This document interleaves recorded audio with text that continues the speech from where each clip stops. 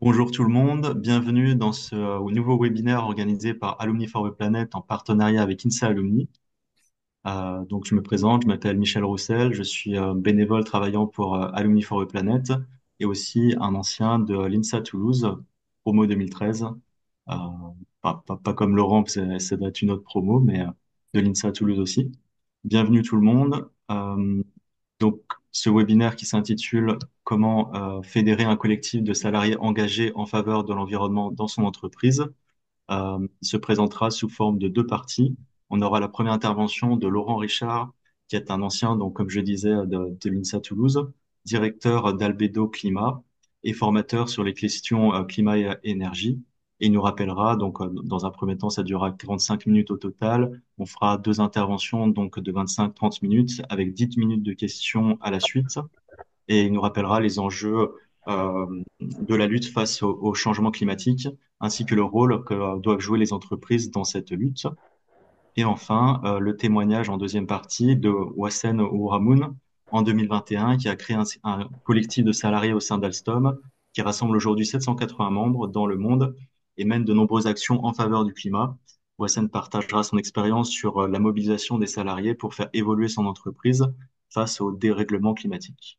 Voilà, Alumni for a Planet est une association qui a été fondée en 2020 et dont le but, c'est d'inspirer le passage à l'action des différents alumni au sein de leur structure, notamment via des webinaires où on présente des intervenants qui ont mis en place des choses dans leur structure pour faire bouger leur entreprise de l'intérieur en faveur de l'environnement et du climat.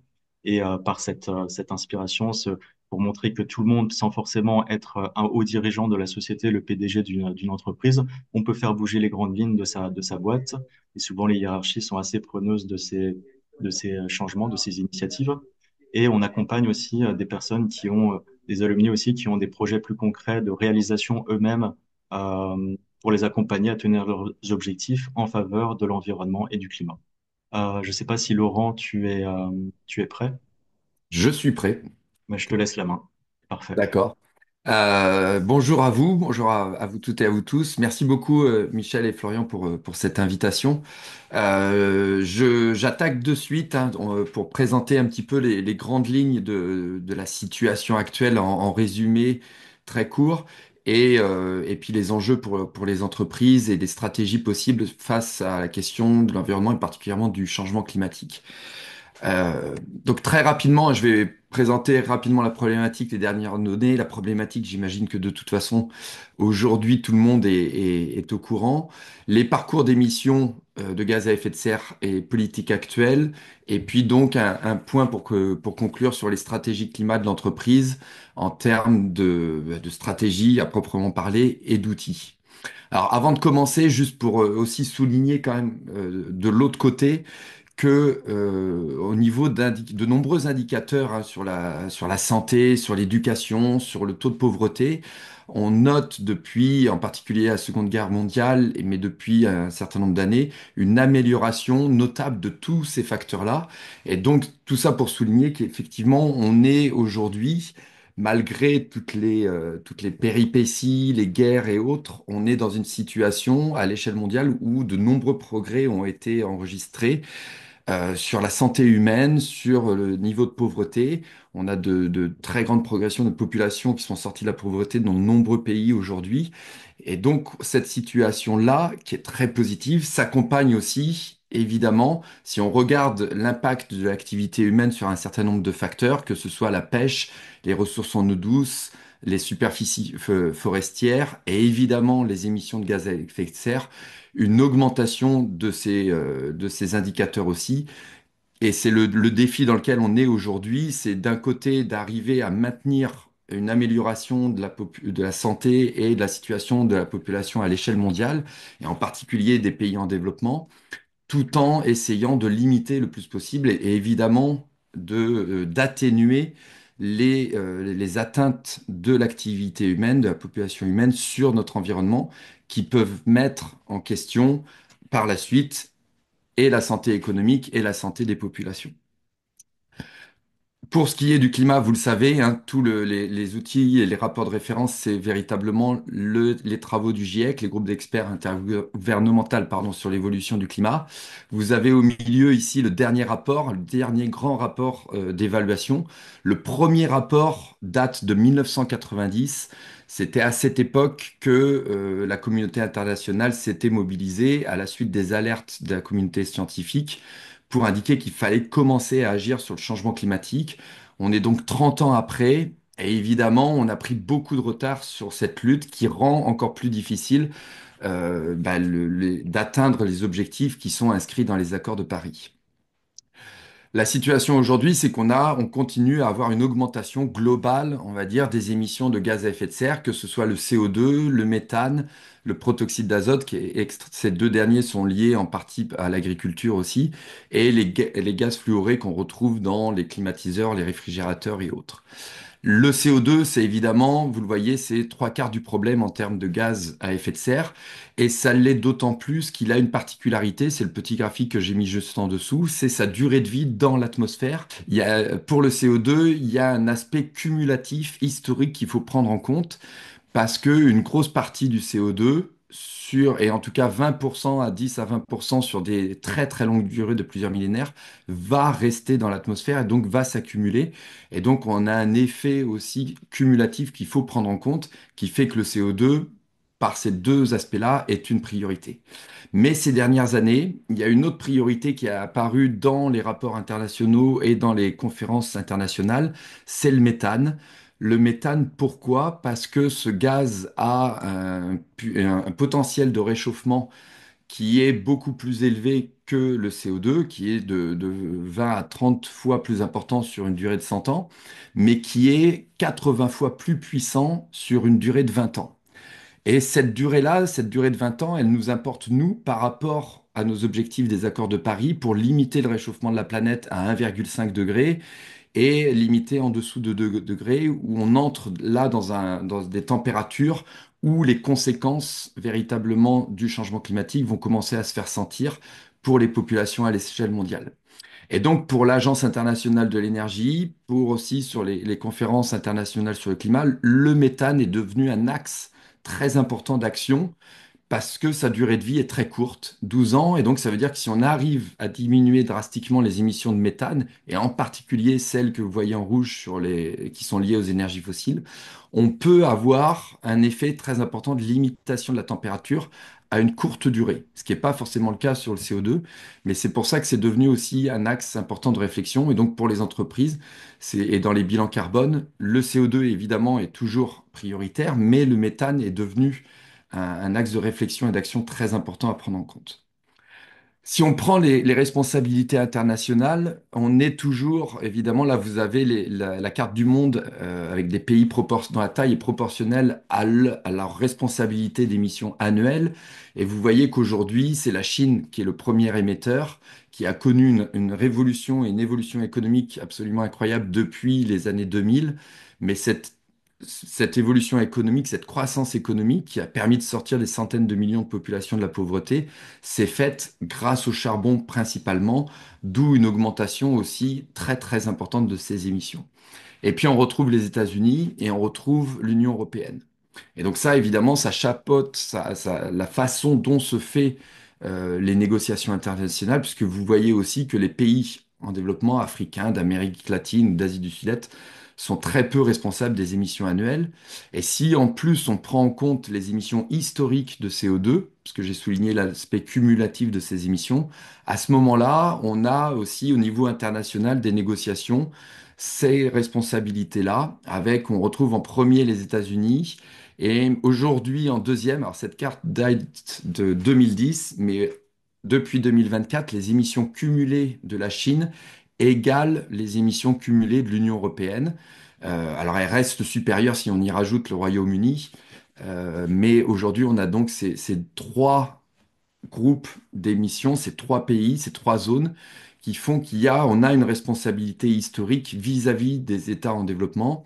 Et vous le verrez pour la prochaine conférence internationale qui se déroulera au Brésil, ce sera le grand enjeu, c'est comment matérialiser cette responsabilité historique qu'on retrouve inscrites dans les accords de Paris, et ça se fera surtout par ce qu'on appelle le fonds de pertes et dommages ou pertes et préjudices, qui est une sorte de fonds d'assurance de plusieurs, dans l'idéal de plusieurs milliers de dollars, qui permettrait pour les pays africains, pour les populations les plus pauvres, de faire face aux conséquences du changement climatique pour lequel elles ne sont pas du tout responsables.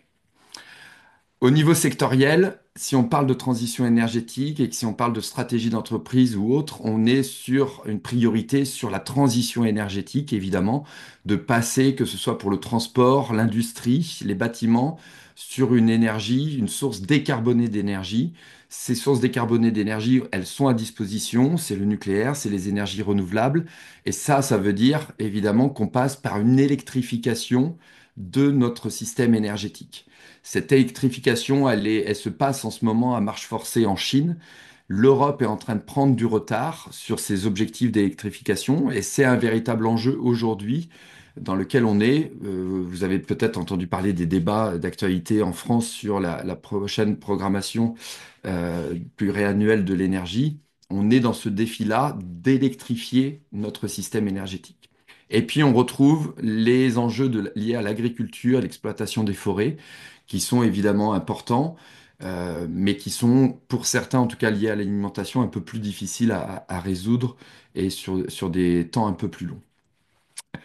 Tout ça pour dire que l'enjeu aujourd'hui, si on regarde les émissions de CO2 aujourd'hui en 2024, on est à peu près à 37 milliards de tonnes de CO2, 40 si on y ajoute l'utilisation des terres. Et aujourd'hui, si on regarde au niveau historique et au niveau mondial, les seuls exemples de diminution de nos émissions de CO2 sont liés à des crises énergétiques dans les années 70-80, une crise politique qui est l'effondrement du système soviétique à la fin des années 80 et début des années 90. Et puis on a aussi une crise économique, crise financière en 2008.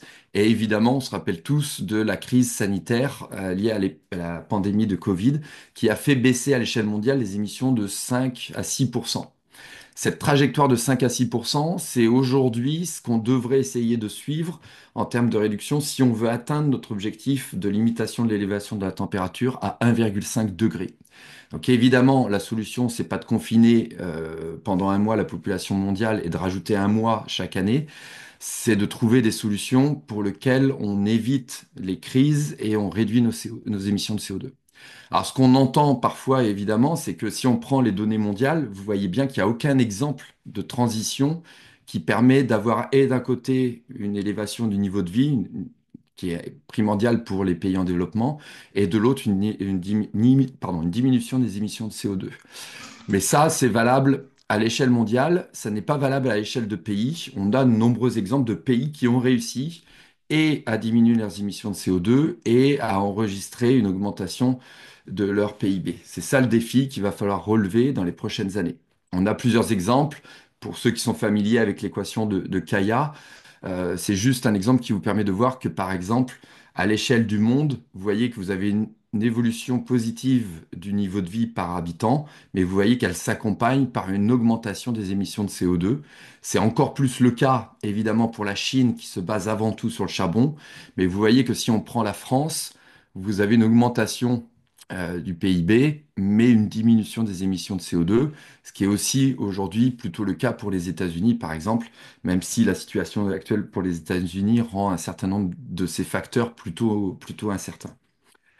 Pour finir, sur les cadres internationaux, vous le savez, on a le cadre, la Convention cadre des Nations Unies sur le changement climatique. On a eu le protocole de Kyoto qui a été positif, surtout vis-à-vis de l'engagement de l'Union européenne, les États-Unis ayant refusé de le ratifier. Et puis, on a ici le protocole de Montréal qui était lié au trou de la couche d'ozone et pour lequel on a remplacé ces gaz par des gaz fluorés qui aussi sont de puissants gaz à effet de serre. Et donc, on a aujourd'hui un accord à Kigali qui est très récent, qui devrait permettre aussi de se passer de ces gaz fluorés très puissants en termes de gaz à effet de serre.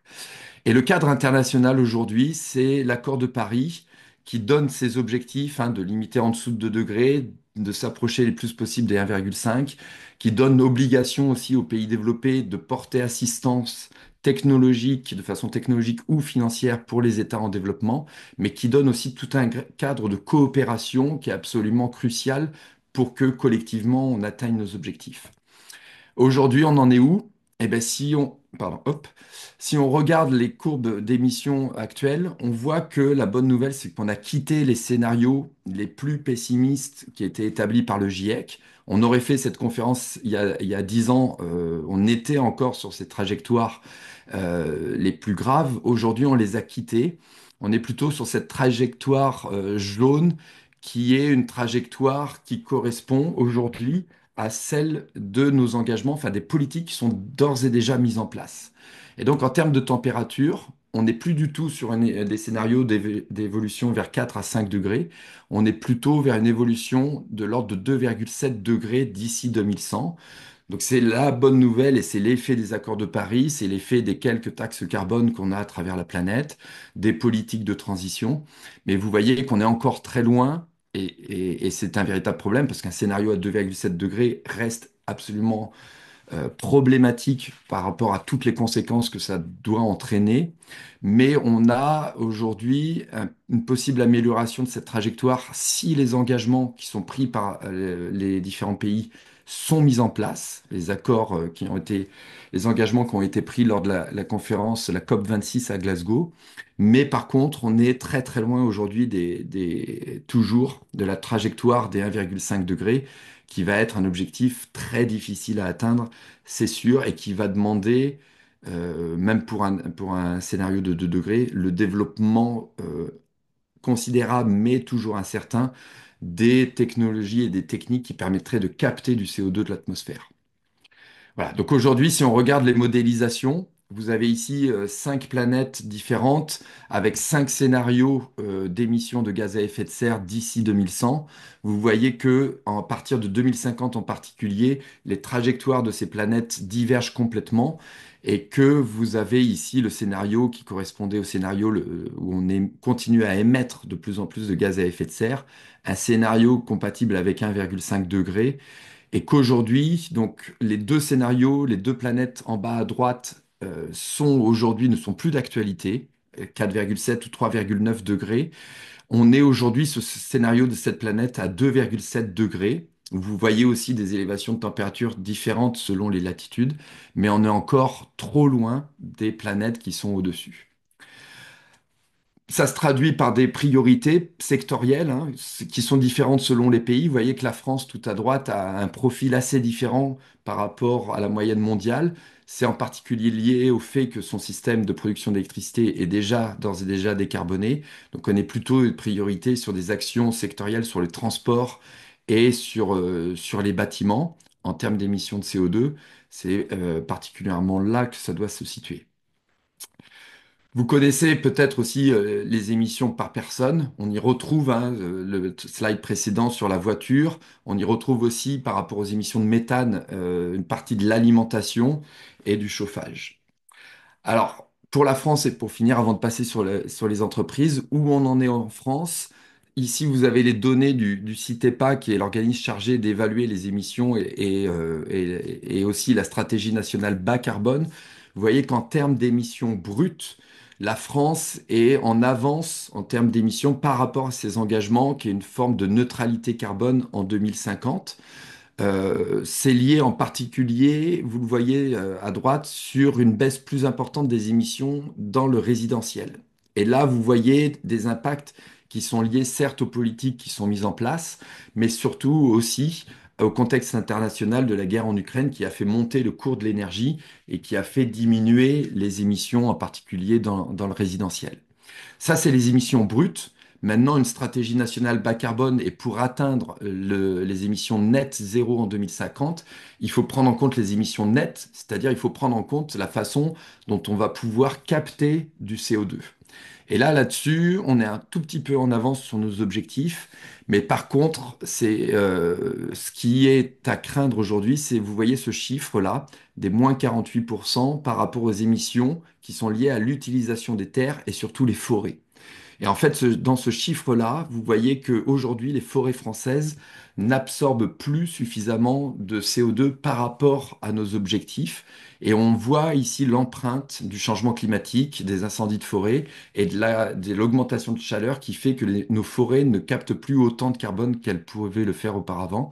Et ça met en jeu nos objectifs de neutralité carbone en 2050. Et c'est une problématique qu'il va falloir aussi régler dans ces prochaines années. Alors pour les entreprises, si on parle de stratégie climat de l'entreprise, on va d'abord parler des enjeux, évidemment. Et sur ces enjeux, les premiers enjeux pour une entreprise, ça va être avant tout les éléments réglementaires de la CSRD, par exemple, au niveau européen, au niveau aussi des ressources. Tout ça fait que le changement climatique va avoir des impacts sur l'entreprise au niveau réglementaire, au niveau des ressources, donc au niveau de son activité propre. Et ça, il va falloir que l'entreprise, elle estime aussi sur sa chaîne de valeur comment est-ce qu'elle est exposée, soit à une tarification carbone, soit à des obligations de reporting, à elle, obligatoirement, d'estimer tout ça au niveau de sa chaîne de valeur. Et puis, vous avez évidemment pour une entreprise, vous avez une évolution des attentes sociétales qui sont en jeu de vos futurs employés. On le voit aussi par rapport aux différentes interventions qu'on peut faire dans les entreprises. On voit que la population française dans son ensemble et donc les employés des entreprises sont plus concernés, mais aussi de vos clients qui vont avoir des attentes de plus en plus importantes sur les changements climatiques, mais aussi sur l'environnement. Donc ça, c'est les différents enjeux. Et on peut y rajouter aussi les événements extrêmes qui sont liés au changement climatique, qui vont impacter vos opérations propres, mais celles aussi de vos fournisseurs. Si on reprend hein, évidemment l'épisode de la pandémie de Covid, on a vu que des événements de ce type-là peuvent absolument bouleverser toutes les chaînes de valeur, les chaînes de production. Et ça, c'est quelque chose qui concerne plus l'adaptation au changement climatique, mais qui est extrêmement important pour une entreprise. Et c'est des éléments auxquels elle doit d'ores et déjà réfléchir, puisqu'on voit que des événements climatiques vont se multiplier. Et d'ores et déjà, on a déjà des exemples et d'analyses d'impact sur, par exemple, la sécheresse en Allemagne ou la baisse du débit du Rhin, qui fait que vous avez des éléments qui ne peuvent plus être ramenés à vos entreprises, à vos fournisseurs, et ça met en jeu toute votre production. Et ça, là-dessus, après ces enjeux-là, eh bien, il y a des éléments de diagnostic qui peuvent être portés au niveau de l'entreprise sur, évidemment, les sources d'émissions sur l'ensemble de votre chaîne de valeur pour pouvoir estimer, mesurer par rapport au changement climatique, quelle est votre empreinte carbone et quelles sont, évidemment, vos sources d'émissions pour pouvoir déterminer où agir. Et donc, ça permet tout ça, tout ce travail, ça permet aussi une hiérarchisation, pardon, des postes en fonction et leur contribution et de leur exposition au risque climat. Ça, c'est les diagnostics. Les enjeux, les diagnostics, il faut évidemment y rajouter les opportunités. Il n'y a pas que des dangers, que des problèmes. Il y a aussi des opportunités qui sont liées évidemment à des axes d'optimisation de performance. Lorsque vous faites tout ce travail d'analyse et de diagnostic, vous allez aussi pouvoir, à travers ça, identifier des axes d'optimisation pour vos fournisseurs, pour vous-même, pour vos sources d'émissions, et donc de performance.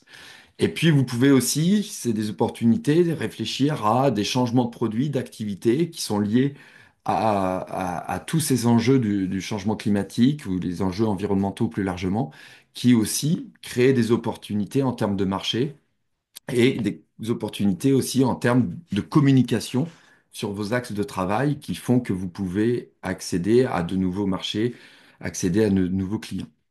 Tout ça pour arriver évidemment à la façon dont vous pouvez articuler tout ça. Donc c'est ce qu'on appelle évidemment la stratégie.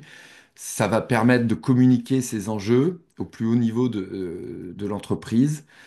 Cette stratégie-là, elle peut être différente, hein, mais évidemment, si vous arrivez à communiquer sur ces enjeux et à sensibiliser les hauts niveaux de votre entreprise là-dessus, c'est une stratégie qui peut être globalement efficace. Vous avez la stratégie d'acculturation aux enjeux climatiques. Et puis, vous avez aussi une stratégie qui va être de réfléchir sur votre business model, d'influencer dessus au sein de votre entreprise. Voilà. Les déploiements, ensuite, ils peuvent se faire. Eh ben, c'est qu'est-ce que c'est le déploiement? C'est évidemment de décliner la stratégie en politique, c'est de définir les objectifs quantitatifs aussi, et puis ça va être de mettre en place concrètement des actions de réduction de vos émissions de gaz à effet de serre et aussi des mesures d'adaptation, c'est-à-dire qui vont vous permettre de faire face aux enjeux du changement climatique et à ses conséquences. Voilà, vous aurez hein, le PDF de cette intervention et donc ce résumé-là qui permet comme ça de stratifier un petit peu tous les éléments à prendre en compte. Pour ce qui est, hop, je vais revenir à la suite. Pour les outils dans les entreprises, vous connaissez les ateliers qui peuvent être comme la fresque du climat, qui est l'atelier le plus utilisé pour acculturer vos employés et vos collègues sur la question du changement climatique. L'outil 2 tonnes qui permet, lui, de définir aussi des axes d'action et en tout cas de sensibiliser sur un bilan carbone et des émissions de gaz à effet de serre. Vous avez l'atelier En-ROADS, qui est un atelier de simulation de politique climatique, qui vous permet de voir comment atteindre des objectifs climatiques, enfin, en tout cas ceux des accords de Paris. Et puis vous avez un atelier qui est lui plus axé sur les questions d'adaptation et qui permet de réfléchir à la façon dont on peut mettre en place des politiques d'adaptation au changement climatique. Voilà. Donc tout ça, vous les avez. Les principales ressources, c'est ces ateliers-là qui peuvent être un véritable début et créer une dynamique au sein de votre entreprise. Et puis vous avez évidemment les bilans carbone qui sont en place, que vous allez retrouver auprès de l'ADEME ou auprès des intervenants qui font ces bilans carbone au sein des entreprises. L'obligation du bilan carbone aujourd'hui, ce qui est intéressant, c'est qu'elle ne prend plus seulement en compte vos émissions propres, mais aussi elle va prendre en compte aussi ce qu'on appelle le scope 3, c'est-à-dire toutes vos activités en amont et l'activité en aval, ce qui permet au sein d'une entreprise d'avoir une véritable réflexion sur toute votre chaîne de valeur et de production, ce qui élargit beaucoup plus la réflexion au sein de l'entreprise, mais aussi avec vos collaborateurs, vos fournisseurs et qui permet des coopérations, et ça c'est les retours d'expérience qu'on a, qui permettent des coopérations très intéressantes aussi entre les différents acteurs. Voilà, je vais finir là-dessus, hein. Vous avez véritablement toutes vos ressources, d'autres ressources que vous pourrez trouver aussi sur ce site de l'ADEME, dans lequel vous avez aussi des ressources pour financer vos projets, optimiser et décarboner votre industrie aux différents niveaux, et en particulier avec l'aide du bilan carbone. Voilà, j'ai fini là-dessus. Je vous laisse la main, je laisse la main à Michel pour la suite. Merci beaucoup Laurent, c'était très intéressant, merci à toi. Et effectivement, on aura hâte de voir je pense beaucoup auront hâte de voir le PDF pour aller voir certains chiffres plus en détail. Donc il y a quelques questions dans le chat, notamment par rapport au modèle Kaya. Est-ce que ça prend en compte effectivement l'ensemble des émissions, même celles qui sont importées à l'échelle internationale, euh, ou c'est plus local, on va dire? Alors, bonne question sur ces graphiques-là. A priori, oui, mais dans tous les cas, de toute façon, si on prend en compte les émissions importées, ça va pas changer grand-chose. Je sais qu'on a tendance à penser que ça change beaucoup. C'est un peu le cas pour la France parce qu'effectivement, c'est un pays désindustrialisé et donc la part des importations est importante dans son bilan carbone. Par contre, pour la Chine, ça ne change quasiment rien puisque la part des exportations pour la Chine, enfin entre les émissions, entre l'empreinte carbone et les émissions territoriales, on a une différence qui est de l'ordre de 9%. Donc ça ne change pas grand-chose. Mais pour la France, c'est a priori pris en compte de toute façon. D'accord. Effectivement, ça dépend beaucoup des régions, des pays. Oui, Euh, mais globalement, à l'échelle mondiale, sur la plupart des pays, c'est un facteur qui est assez limité. Voilà. ok, très bien. Ah, merci à toi. Est-ce que toi, tu vois, je sais pas, depuis que tu fais des formations, notamment des évolutions au sein des sociétés, des choses, des changements, je sais pas, de façon de conduite en termes de budget alloué à ces impacts? Oui, oui, bah, moi j'ai commencé mon activité il y a à peu près, il y a un peu plus de 10 ans maintenant. Donc avant les accords de Paris, alors j'ai vu, donc quand j'ai commencé mon activité, il y avait très peu de demandes. L'accord de Paris a lancé véritablement une mobilisation en France au niveau de tous les acteurs. Et c'était une des stratégies de la diplomatie française, hein. C'était à cette époque d'y impliquer aussi fortement les acteurs financiers et les entreprises. Et cette mobilisation n'a pas cessé par la suite. Et après, le changement qui a été le plus notable, c'était, on va dire, il y a 5 6 ans, avec les mobilisations de la jeunesse pour le climat, ou d'autres où il y a eu une vague de mobilisation. Et là où, en tant qu'intervenant, effectivement, on a senti une véritable mobilisation au sein des entreprises, en France en tout cas. Une véritable demande en tout cas d'acculturation, d'ateliers pour comprendre. Et aujourd'hui, on a une demande inférieure pour ce type d'intervention, même si elle reste nécessaire, je pense, mais on est plus aujourd'hui dans les contraintes réglementaires et peut-être dans les réflexions stratégiques d'investissement par rapport à ces contraintes-là, en tout cas. Effectivement, et c'est un bon point, comme tu l'avais dit, d'utiliser des leviers en disant que l'impact de, de ces émissions enfin, a un réel impact, que ce soit au niveau fournisseur, au niveau client et au sein même de l'entreprise, d'un point de vue économique, et que c'est un bon levier pour faire changer les choses aussi de l'intérieur. Romain, tu avais une question? Je te laisse la main. Ouais, merci. Merci pour cette présentation, Laurent. J'aimerais savoir si des entreprises considèrent aussi donner, notamment aux associations les plus efficaces sur le climat. Est-ce que c'est un levier? Je ne parle pas de offsetting. Offsetting, la plupart des l'offsetting, ça ne marche pas ou marche très faiblement. 85% des projets, d'après l'ONU, ne tiennent pas leurs chiffres. Mais soutenir des associations hautement efficaces, est-ce que ça fait partie des leviers des entreprises auxquelles tu as pu échanger? Euh, Merci pour ta question. Écoute, je sais pas trop. Pour être honnête, je sais pas trop. Je sais que par exemple, la BNP a une fondation propre, qui, elle, par contre, investit beaucoup pour aider les projets scientifiques sur le climat, les projets de climatologues ou autres. Il y a des entreprises qui donnent, oui. Enfin, on a un certain nombre après d'organisations comme Good Planet et autres qui ont des financements de ce type-là. Après, non, honnêtement, je sais pas. Je sais pas trop sur des associations précises. Évidemment, je pense que c'est le cas, qu'il y a des entreprises qui le font. Après, je peux pas te dire exactement l'ampleur ou voilà, ou comment ça évolue actuellement sur ces questions-là. Ce que je sais, par contre, au niveau international, c'est qu'évidemment, il y a des gros soucis au niveau des politiques de compensation carbone, mais que on sait aussi, particulièrement, par exemple, si on prend sur le captage de carbone par le boisement, ce qu'on sait aussi, et ce qui est une réflexion qu'on devrait peut-être plus avoir, en tout cas en France et en Europe, c'est que c'est dans des pays en développement que ces politiques d'aide d'investissement seront le plus efficaces, et il y a une échelle, en tout cas, et vis-à-vis de la responsabilité historique aussi, et de la façon dont le continent africain en particulier va souffrir du changement climatique, de réfléchir à la façon dont on peut aider des associations qui mènent des actions sur le terrain des pays en développement. Ok, je te remercie pour ta réponse. Je précisais que j'avais parlé notamment d'associations efficaces, parce qu'il y a des associations qui sont des centaines de fois plus efficaces que la Fondation Good Planet ou de la reboisement pour éviter des tonnes d'émissions de CO2. Donc, on pourra en parler une autre fois. Très bien. Merci à vous. Du coup, on va s'arrêter avec Laurent. Je peux Ouais, répondre dans la merci. question directement de Benoît là dans le chat. Justement, est-ce que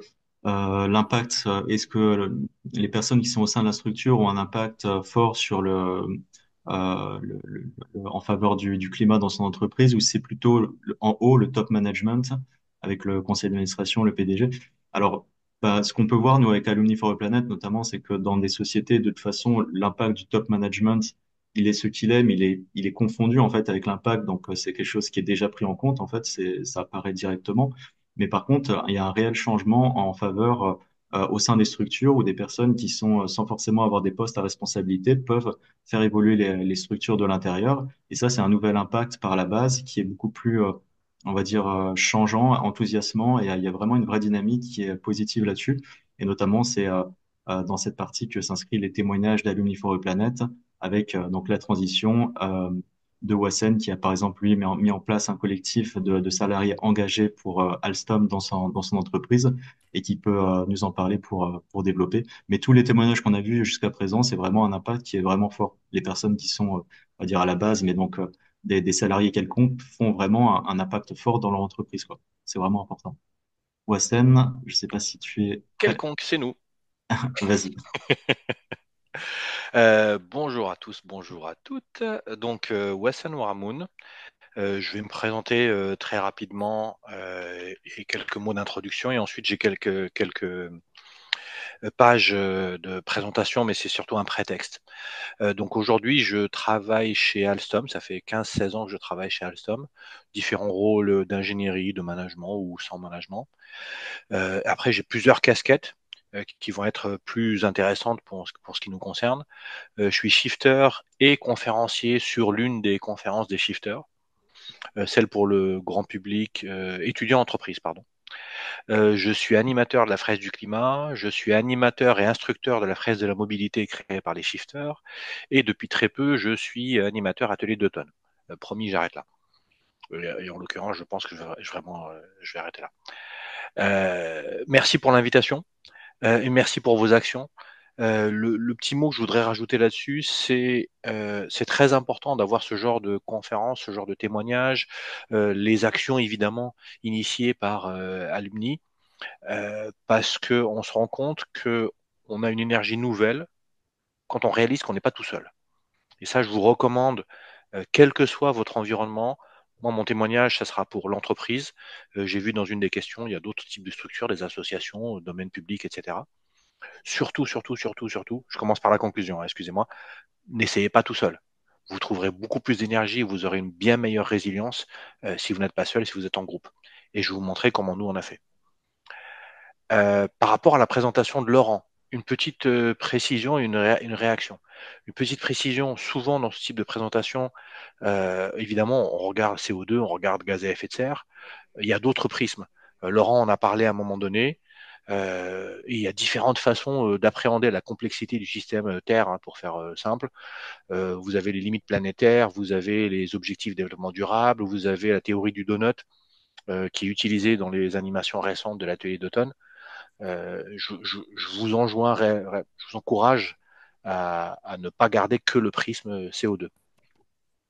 Et enfin, une réaction avant de prendre le chemin de mes slides. On a parlé d'adaptation à un moment donné, Laurent, dans tes dans les différents types d'actions au niveau entreprise. Évidemment, adaptation. Je suis totalement convaincu qu'il faut travailler très très très très fort sur l'adaptation, mais j'allais dire, je vous en supplie, peut-être pas jusque là, juste le cran en dessous, pas au détriment de l'atténuation. Il n'est pas trop tard. Il faut travailler sur l'adaptation parce qu'il y a déjà des conséquences. Mais il faut continuer à travailler sur l'atténuation parce qu'il n'est pas trop tard, on peut encore limiter un certain nombre de conséquences. Et maintenant, je pense que c'est le moment où je peux partager ma présentation. Et pourquoi c'est intéressant en entreprise? Parce que pour ceux qui sont déjà en entreprise, vous l'avez peut-être réalisé, les entreprises font partie du problème, mais font partie aussi de la solution. Vous voyez bien mon écran là? En mode plein écran, jolie présentation et tout. Oui, nickel. Ouais. Super, merci beaucoup.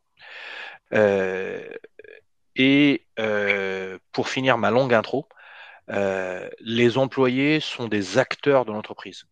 Donc ça, c'est les premiers éléments de réponse. Qu'est-ce qu'on peut faire en entreprise? Je vais vous détailler ce que nous on a fait, ce qui n'est pas nécessairement la solution pour tout le monde. Mais les employés sont aussi l'un des acteurs clés de l'entreprise. C'est l'une des parties prenantes les plus importantes de l'entreprise. Partie prenante au sens dialogue des parties prenantes dans le monde du développement durable et d'autres choses. Et donc, il ne faut pas oublier qu'on n'est pas simplement, enfin, on peut avoir un rôle qui va au-delà d'être simplement là pour faire son taf, être payé et ensuite rentrer chez soi et vivre sa vie. On peut choisir, c'est pas du tout une obligation, chacun son combat, on peut choisir d'être un acteur de l'entreprise et de choisir d'agir sur sa culture. Alors, chez Alstom, donc je suis l'un des cofondateurs d'un collectif qu'on appelle Planète A, avec une tagline Because there's no planet B. C'est un jeu de mots à Alstom, il n'y a pas de plan B. Voilà, je l'ai shippé quelque part, hein, c'est pas nous qui l'avons inventé. Ça existe probablement dans plein d'endroits, mais on s'est dit que c'était super pertinent. Euh, Qu'est-ce qu'on faisait? Nos premiers pas avant de créer ce collectif, en fait, on s'est rendu compte qu'il y avait tout un tas de petites initiatives. On était quelques-uns à animer des fresques du climat, mais on le faisait un peu en douce, parce qu'on n'a pas légitimité à empiéter sur les horaires de travail. C'est moi qui avais introduit la fresque de la mobilité. Un collègue avait introduit l'atelier MyCO2, qui est pour évaluer son empreinte carbone. Si je dis pas de bêtises, ça doit venir de carbone 4, je crois. Peu importe. Il y en a d'autres. Il y avait un groupe qui s'occupait des petits pas. Comment faire des petits pas pour améliorer les choses dans sa vie personnelle et en entreprise, les gobelets, les pailles, toutes ces choses-là. Et on avait un groupe qui est assez ancien maintenant, des vélotaffeurs. Vélotaffeurs, c'est les gens qui vont au taf en vélo. Et tout ça, on s'est dit, bon, c'est décousu, c'est des petits groupes. Et avec un certain nombre de collègues, là je les ai un petit peu anonymisés, mais c'est mes âmes sœurs, en fait on s'est dit que ça serait intéressant d'essayer de fédérer ces différentes communautés et de créer ce qu'on appelle un collectif à défaut d'un autre vocabulaire, parce que c'est pas une association, c'est pas une entité de l'entreprise. Pour ceux qui travaillent dans les environnements anglophones, on appelle ça un ERG, Employee Resource Group. Donc c'est quelque chose qui naît par l'initiative des employés. Et on s'est dit qu'on pouvait ensemble, en fédérant nos énergies, devenir réellement des acteurs pour faire changer la culture de l'entreprise de l'intérieur, et en accord avec les limites planétaires que Laurent a très bien expliquées. Et là, je résiste pas à une petite citation que j'ai shippée à, je crois, Fabrice Bonifay, qui est le directeur développement durable du groupe Bouygues, qui disait dans l'une de ses conférences il y a quelques années, faire changer les choses en entreprise, c'est difficile, c'est des gros paquebots, mais s'il vous plaît, ne baissez pas les bras. Parce que si tous ceux qui essayent n'y arrivent pas, baissent les bras et s'en vont ou arrêtent, ben, il restera plus que des gens qui n'ont rien compris. Et là, ça m'a frappé, donc il faut le faire. Non seulement il faut le faire, mais il faut se mettre à plusieurs et il faut persister. Est-ce que c'est de la magie? Tous les jours, je parle au CEO, au directeur? Non, non, non, non, c'est pas le cas. Il y a des choses qu'on fait, il y a des choses qui sont compliquées. On va vous donner quelques exemples. On a lancé notre appel en automne 2021, et on s'est inspiré d'initiatives similaires qui ont eu lieu dans d'autres entreprises. Et face à l'urgence climatique, je crois qu'en août 2021, il y avait le rapport numéro, je ne sais plus combien, 5 du GIEC, je crois. Bon, il y en a régulièrement, mais en tout cas, ça nous avait frappé, ça nous avait incité à choisir ce moment-là. Et en fait, on a les huit têtes que vous avez vues là, on a lancé un appel, et on a fait un kick-off quelques semaines après, et on a eu 85 personnes qui se sont connectées. Donc on s'est dit waouh, ça intéresse les gens.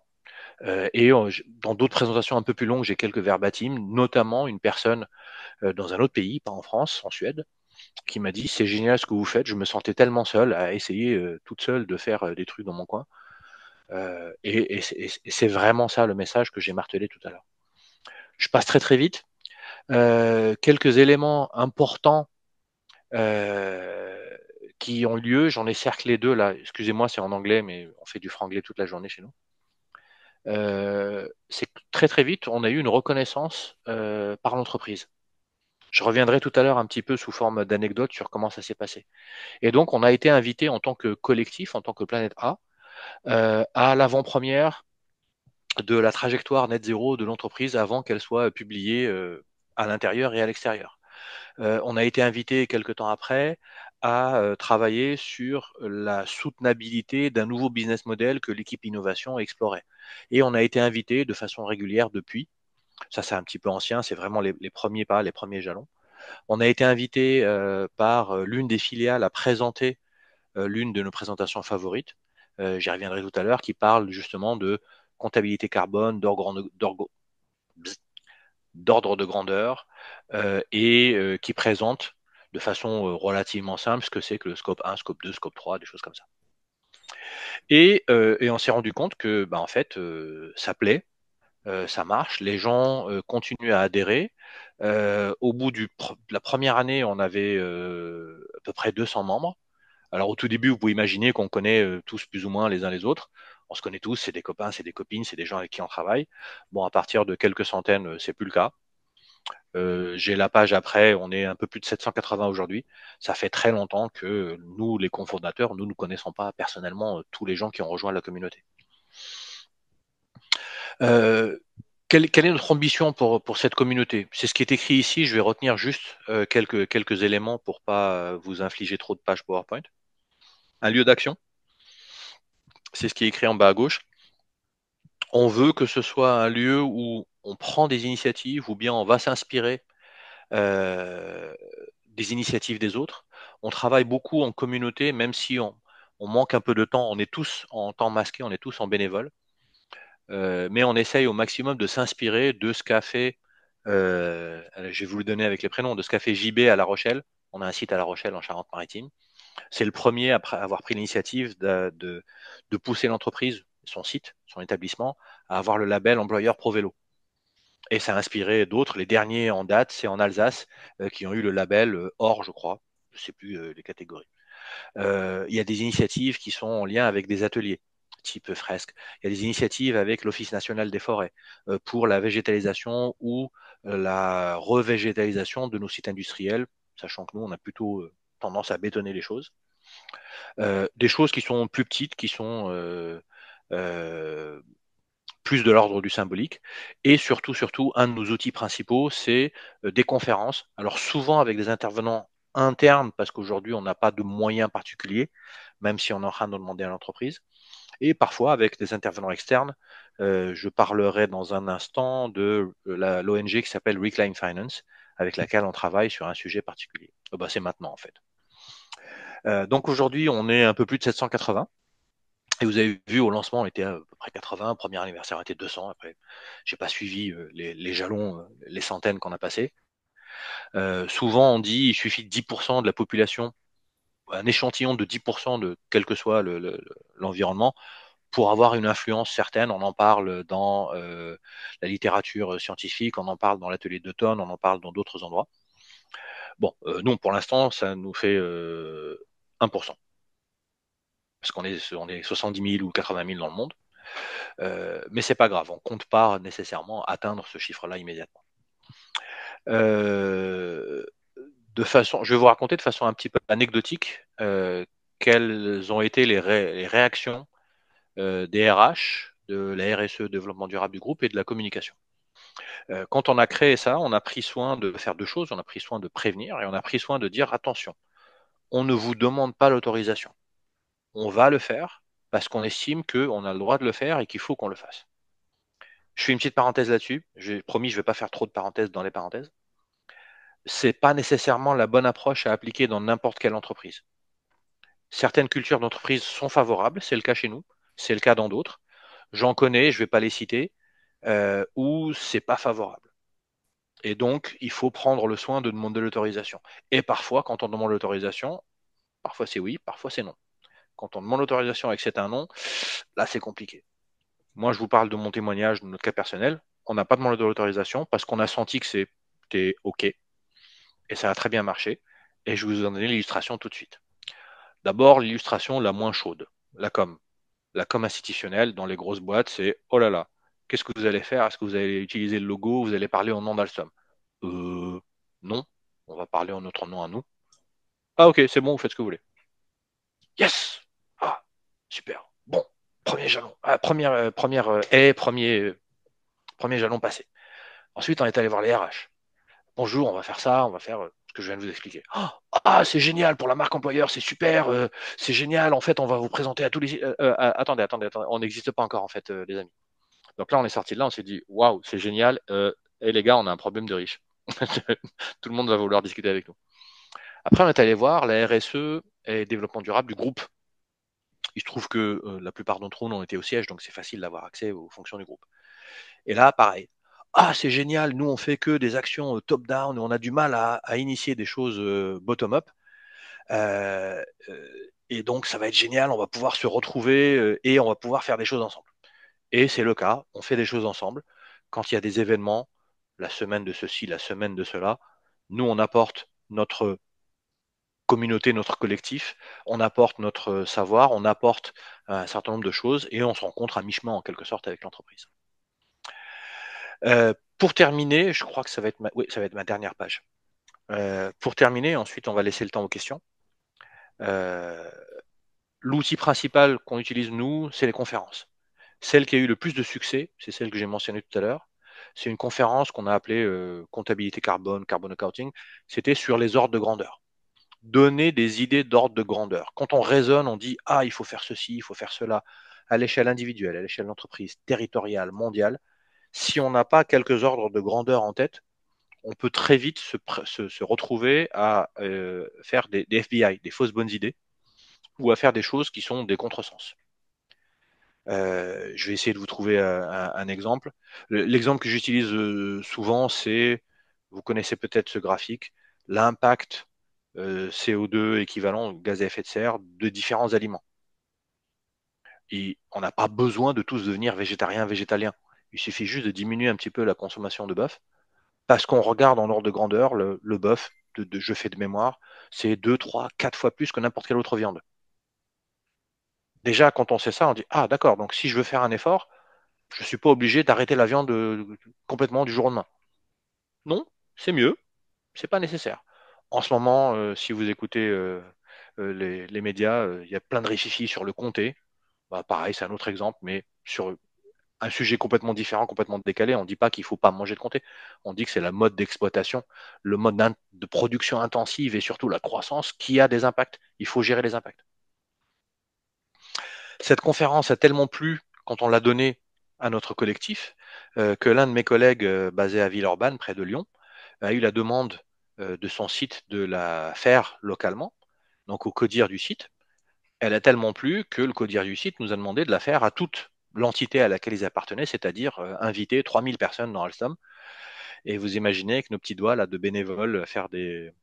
Là, la charte graphique, là, c'est une de mes copines qui l'a faite. On a l'air super pro là, mais c'est tout. Hein.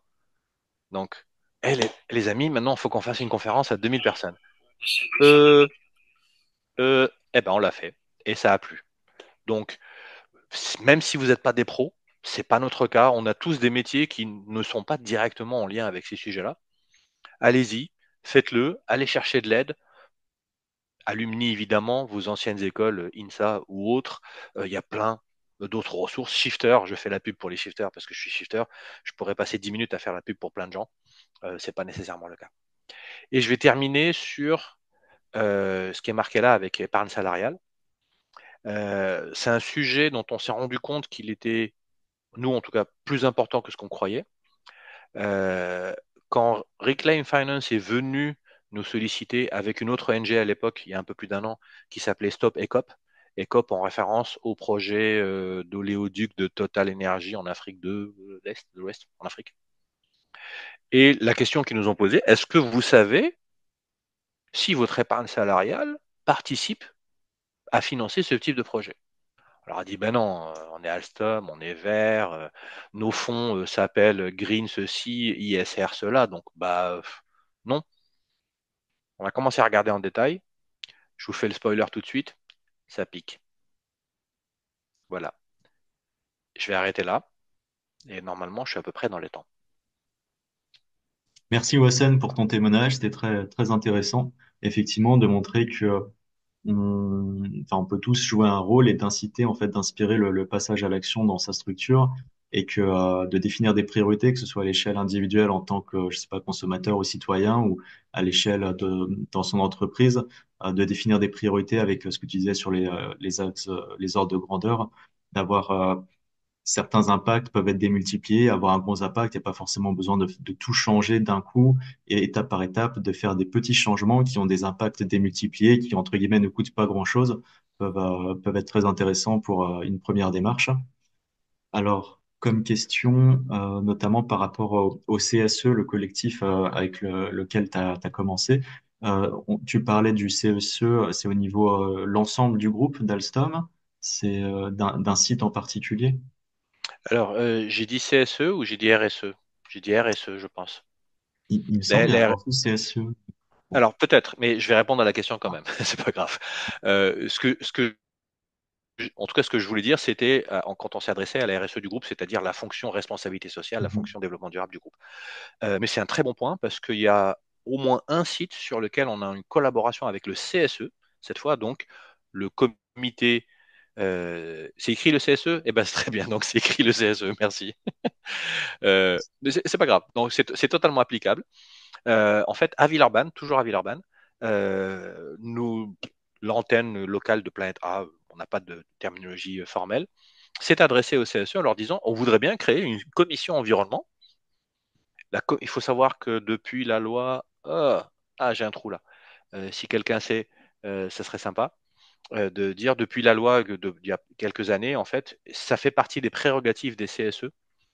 Euh, Peut-être la loi Macron, je ne sais pas. Ça fait partie des prérogatives des CSE de pouvoir créer ce qu'on appelle une commission environnement, avec un certain nombre de prérogatives dedans. C'est ce qu'on a fait sur le site de Villeurbanne.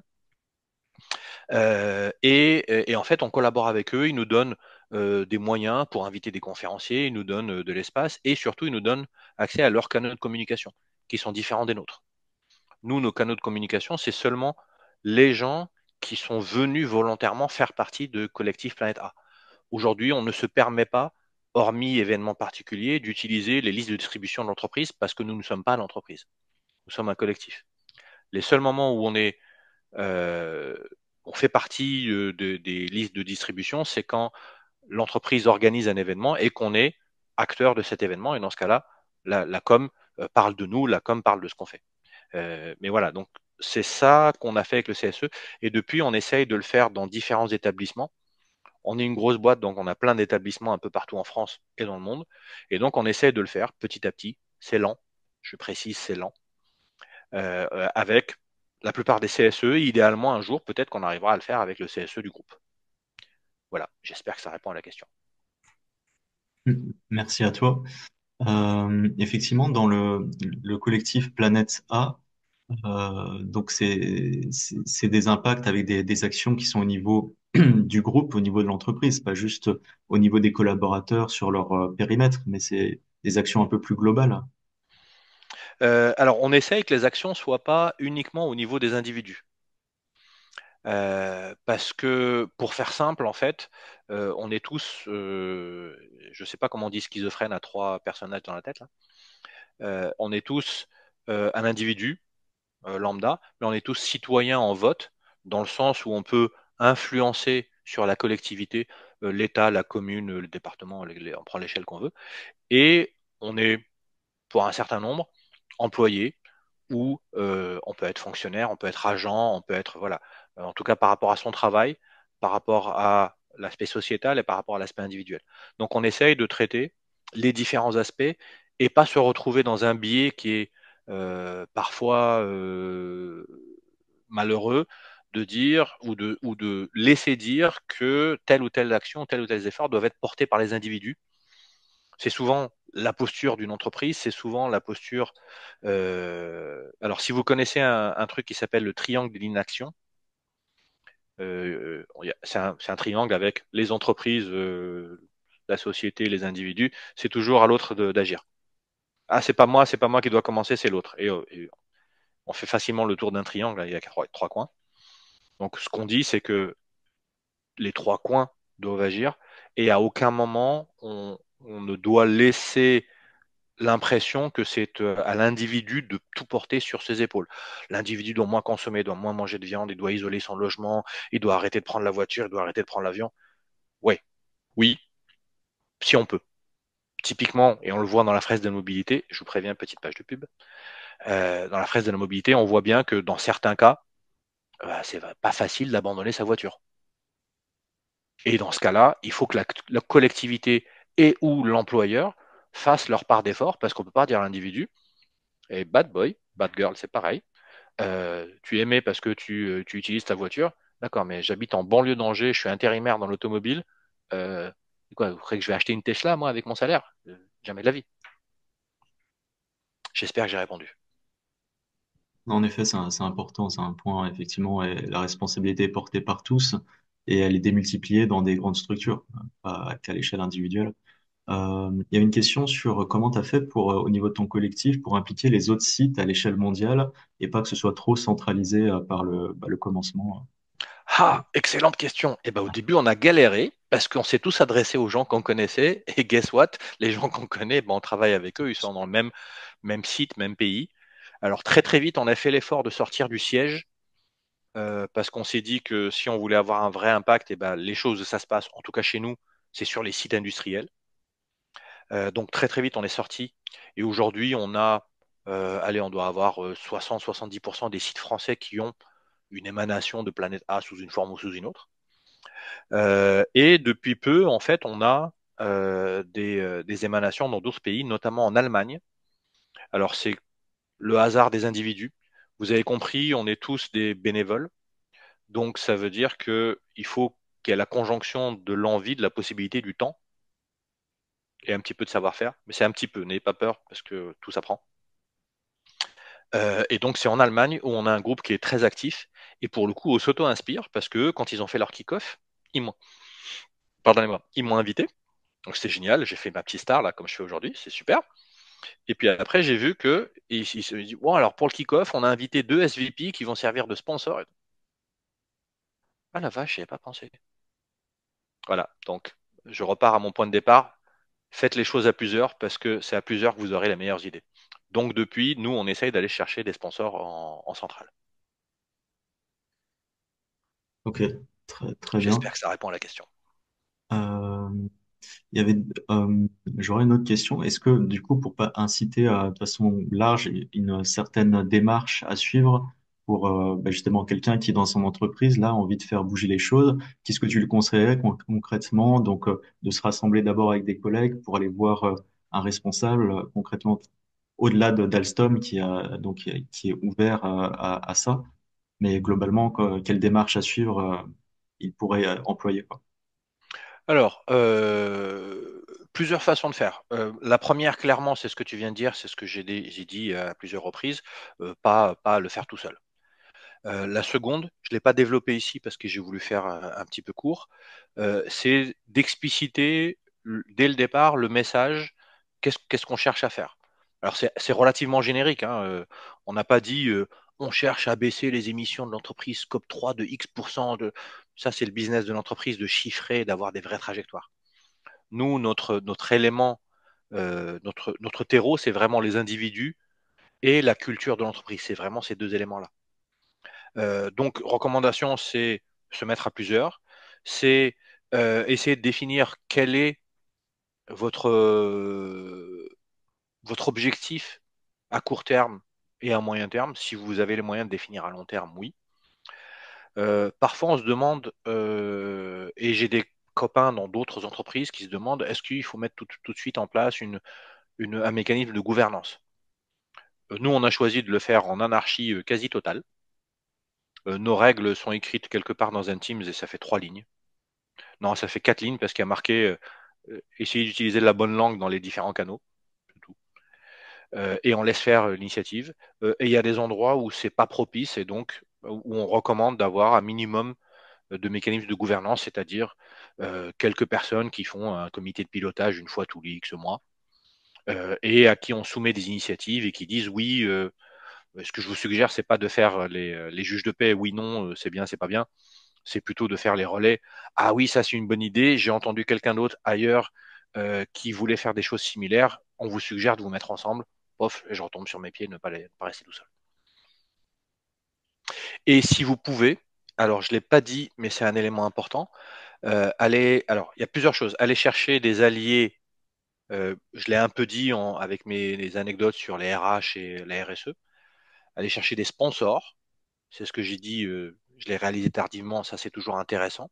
Un sponsor, ça veut dire c'est quelqu'un qui peut dire c'est important de garder ce type d'initiative, Planète A en l'occurrence pour nous, parce que l'entreprise en a besoin. Donc c'est quelqu'un qui va vous faire un petit parapluie dans les hautes sphères auxquelles vous n'aurez pas accès vous-même. Et qu'est-ce que j'allais dire d'autre? Des alliés, des sponsors, et j'avais un troisième, il va revenir. Je vais arrêter de chercher, ça va revenir. Et est-ce que, alors j'en profite pour dire, donc j'ai mis un message avec Florian dans le chat. N'hésitez pas à remplir le sondage d'Alumni for a Planet, ça nous aide beaucoup à recueillir des informations et toujours afin d'améliorer nos webinaires. Ça prend que 4 minutes, merci à vous. Wassem, le temps que ça te revienne, j'aurais peut-être une autre question. Est-ce que ouais, est-ce que tu as rencontré des obstacles, en fait? Quels obstacles tu as rencontrés et comment, le cas échéant, vous les avez surmontés sur cette route, en fait, sur ce chemin? Alors, les obstacles principaux qu'on a rencontrés, c'est l'énergie à y passer. On voudrait bien avoir plus de moyens, plus d'énergie, plus de temps. En tant que bénévole, voilà, c'est toujours limité. Et pour ça, aujourd'hui, on estime qu'on est arrivé à un niveau de maturité et de légitimité où on va pouvoir demander à l'entreprise de nous donner quelques ressources. Alors, on s'emballe pas, hein, ressources, ça va être quelques milliers d'euros par an, histoire de pouvoir inviter un conférencier un peu, ou une conférencière un peu whiz, histoire de mettre un peu de dynamique. Je vous suggère un moustachu très connu en ce moment qui parle de décroissance, Timothée Paric. Bon, en entreprise, c'est pas le mieux, hein. Mais voilà, mais faire un petit peu de buzz et redonner de la dynamique. Allocation de temps. Il y a des entreprises où les gens ont demandé à avoir un temps alloué à ce type d'initiative où ça a marché. C'est genre un nombre limité de personnes, 10% de leur temps par mois ou je sais pas quoi. Et éventuellement des gens, des ressources. Alors on ne parle pas d'employer des gens rien que pour nous, mais on parle éventuellement de partager un alternant, une alternante, un stagiaire avec la fonction RSE du pays ou du groupe par exemple. Et avec une combinaison de tout ça, ça nous permettrait d'avoir une force de frappe un peu plus importante. Et surtout, écueil suivant, c'est difficile de maintenir toute une communauté de gens au courant de tout ce qui se passe. Je m'explique. Il se passe des choses sur le site de Villeurbanne, il se passe des choses sur le site de Valenciennes, de La Rochelle, de Dupigheim en Alsace. Ne me demandez pas d'appeler Dupigheim, c'est toujours compliqué. Il se passe des choses en Allemagne, il se passe des choses en Suède. Moi, je sais parce que les gens m'en parlent. Je ne suis pas sûr de savoir tout ce qui se passe. Et je suis certain que les autres membres de la communauté ne savent pas tout ce qui se passe parce qu'on n'a pas le temps de faire une newsletter, on n'a pas le temps de faire des flashs et des choses comme ça. Donc ça, c'est un autre écueil. Quand on ne prend pas le temps de le faire, eh ben, les gens ont l'impression qu'il ne se passe rien. Et donc potentiellement se démobilisent. Donc ça, c'est important. Essayez d'avoir une communication régulière. Je vous suggère de ne pas plonger tout de suite dans une newsletter mensuelle parce que ça bouffe du temps. Commencez par une fois de temps en temps quand vous pouvez, c'est déjà bien. Et si vous arrivez à faire la mensuelle, vous ne me prenez pas sur ce que je dis, hein. Si vous arrivez à faire la mensuelle, c'est génial, hein. Il faut le faire. Autre écueil, qui est naturel, qui est humain, c'est aujourd'hui je suis à fond parce qu'il fait beau, parce que je suis devant vous, parce que vous m'écoutez, c'est génial, merci de me servir de psy, c'est super. Et il y a des jours où on a le moral dans les chaussettes parce que on a essayé un truc, ça n'a pas marché, on se rend compte qu'il y a du greenwashing partout sur Terre, etc. Ça va vous arriver. C'est la seule certitude, je vous garantis, vous allez avoir des hauts et des bas. Et le fait de ne pas être seul vous permettra déjà de compenser les hauts et les bas avec les copains et les copines. Donc voilà les écueils principaux, le temps, la capacité à faire savoir ce qui se passe et le moral dans les chaussettes. Effectivement, c'est important de communiquer et de montrer que, que c'est présent et que le collectif fait toujours des choses. Ça permet de mobiliser, d'éviter que les personnes partent, s'en aillent, quoi, effectivement, de désimpliquer. Il y avait une question aussi dans le chat par rapport à, j'imagine que oui, Wassen, est-ce que il y a des projets qui peuvent être refusés si leur impact environnemental est au motif que c'est un impact environnemental, mais donc pour d'autres motifs en fait. Est-ce que l'entreprise refuse des actions que vous pouvez proposer et dans quelle mesure, je sais pas si tu as des exemples. Alors oui, et pour le coup, je retrouvais le troisième élément que j'avais oublié tout à Ah, l'heure. parfait. Chez nous, la fresque du climat a été introduite comme formation officielle. Alors, c'était un combat conjoint entre moi et l'ancienne VP RSE du groupe, qui a quitté la maison. Et on a travaillé pendant 3 ans, je crois, pour que ça devienne une formation officielle. Ça veut dire quoi, formation officielle? C'est important parce que ça veut dire qu'on peut les dérouler pendant les heures de travail. Et on a donc un budget pour les heures pour que les gens Alors, dans les métiers où vous pointez vos heures quelque part, c'est le cas chez nous, vous avez un code d'imputation pour imputer vos heures. Sinon, s'il n'y a pas ça, ça veut dire que le chef de service, le responsable de l'entité va dire d'accord, mais pendant qu'ils font ça, ils ne travaillent pas. Oui, mais c'est important, vous vous rendez compte? Le fait que ce soit une formation officielle, l'entreprise a dit avec son tampon officiel, c'est une formation, ça fait partie du boulot, merci beaucoup. Donc ça, Comme c'est ça, vous important. avez un Si vous... temps alloué. Ouais, ça. Absolument. Alors, on ne l'a pas rendu obligatoire, on n'est que sur du volontariat, on n'a pas encore épuisé tous les gens qui veulent faire la fraise du climat de façon volontaire. Donc, quand on arrivera au bout de ce pipeline, on verra, est-ce qu'on va demander à ce qu'elle soit, je ne sais pas, obligatoire pour X% des gens, que ça devienne un objectif, ou qu'elle soit dans le circuit d'induction des nouveaux arrivants, je ne sais pas. Il y a plein de solutions comme ça. Et pour le coup, je n'ai pas répondu à l'écueil supplémentaire. On est en train de faire la même chose avec la fresque de la mobilité et l'atelier d'automne, pour les introduire également en tant que formation officielle. Pour l'instant, on les fait en douce, en disant que bon, une fresque de la mobilité, une fresque du climat, c'est pareil, hein. Voilà. Donc ça passe. Bon, on va pas le faire trop souvent parce que c'est pas propre et on veut le faire proprement et donc on est en train d'introduire. Alors cette fois-ci au niveau de la France seulement dans un premier temps parce que c'est une question de sponsors et d'alliés. Pour l'instant, ça marche avec la France pour introduire ces deux ateliers en plus, ce qui nous permettra de refaire une dynamique. Et en quoi ça répond à la question, c'est que c'est compliqué. C'est compliqué parce que ça veut dire du budget, ça veut dire former des animateurs internes. Ah oui, important. Quand on fait ça, on a formé nos propres animateurs. Soit on s'est formé de façon bénévole comme moi, ailleurs, j'ai mis quelques dizaines d'euros à me former. Soit c'est l'entreprise qui a formé une dizaine, une quinzaine d'animateurs internes en payant cette fois-ci au shifter pour la fraise des mobilités, à l'atelier d'automne ou à la fraise du climat, etc. Pour avoir nos propres animateurs en interne, pour ne pas avoir à chaque fois à aller faire intervenir un animateur externe, ça coûte quand même quelques zéros à chaque demi-journée. Et ça veut dire qu'il faut à chaque fois le justifier. Pourquoi vous voulez introduire ça? Mais la fraise du climat, c'est déjà bien et tout.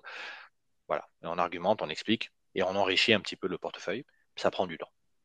Et tu arrives de ce côté-là à mesurer l'impact en fait en termes de gains, justement d'avoir ces leviers-là pour prendre peut-être plus de place et justifier des actions. Honnêtement, non. Et je vais me réfugier derrière un certain monsieur Cédric Ringenbach, qui est le créateur de la fraise du climat. Je l'ai vu intervenir il y a quelques mois, longs mois, à une conférence. Il est arrivé sur scène, il a dit bonjour, salut. Faire des fresques, ça marche pas. Oh, qu'est-ce qu'il nous fait lui? Alors, en fait, en soi, après il a développé évidemment, en soi, c'est pas faire la fresque qui va avoir un résultat mesurable. Et aujourd'hui, c'est ce qu'on a du mal à faire. On a du mal à mesurer l'effet.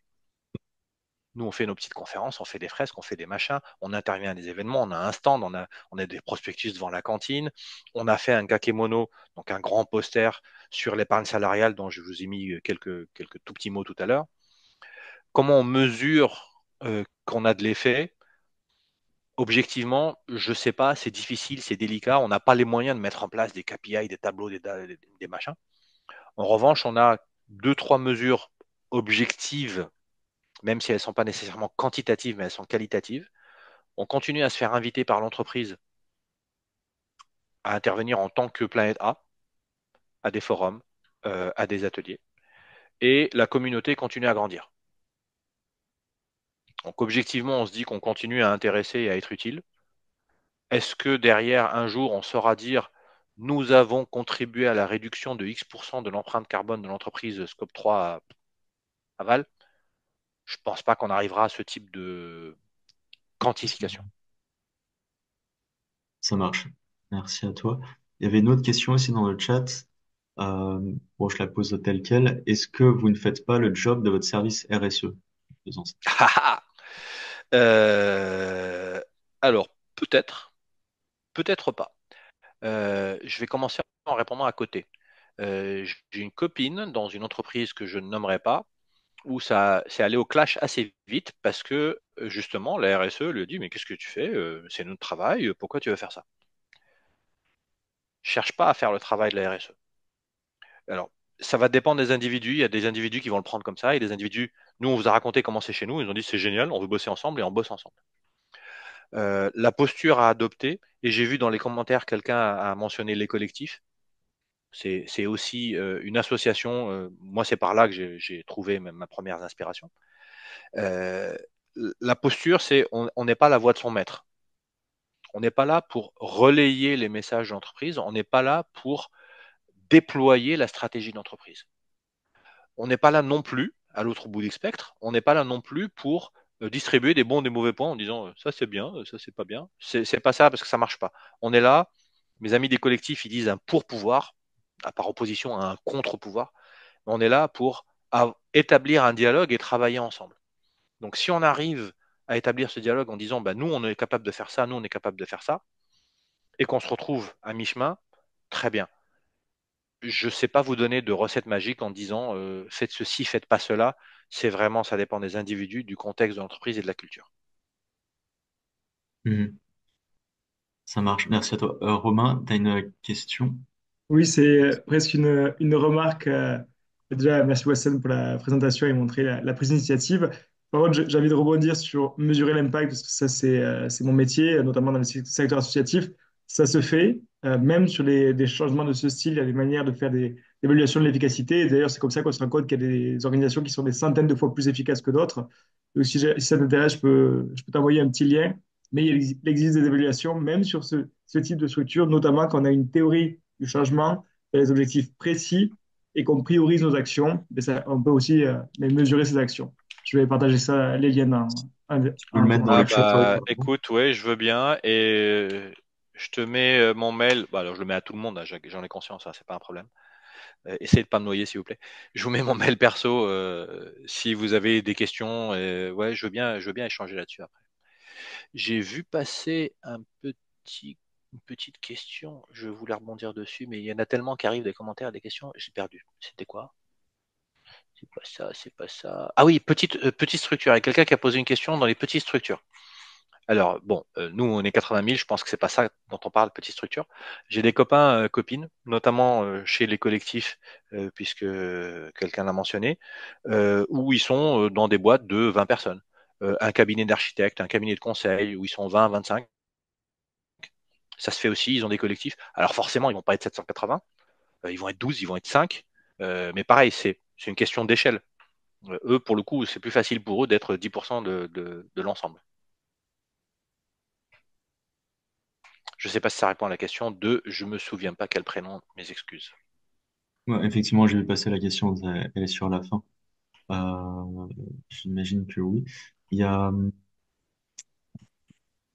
ouais, une question aussi sur est-ce que les organismes associations qui proposent euh, est-ce qu'il y a des enfin, est-ce que tu connais des organismes, des associations qui proposent de telles conférences et contre rémunération? C'est une question annexe, mais Oh, peut-être. là, vous cherchez conférenciers en ligne. Enfin, vous prenez toutes les stars, la moitié d'entre eux, ils acceptent de faire des conférences moyennant rétribution.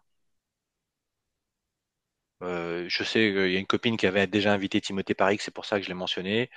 Qui d'autre? Là, je sèche là.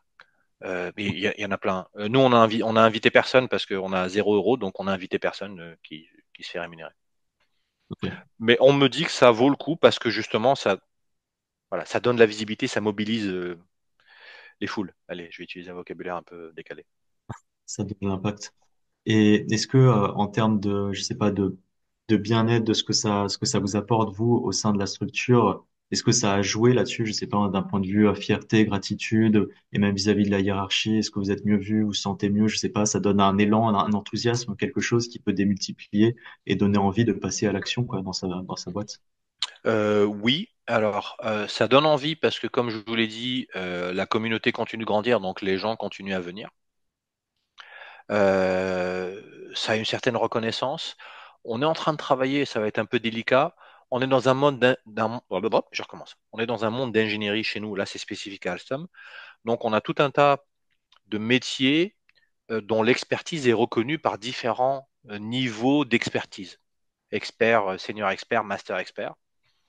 Et on est en train de discuter avec le Chief Technology Officer de la maison, en gros le grand chef technique, pour voir est-ce qu'il n'y aurait pas un moyen d'introduire une catégorie pour les gens qui sont justement actifs sur les sujets environnementaux sans que ce soit leur métier, pour avoir une espèce de reconnaissance formelle.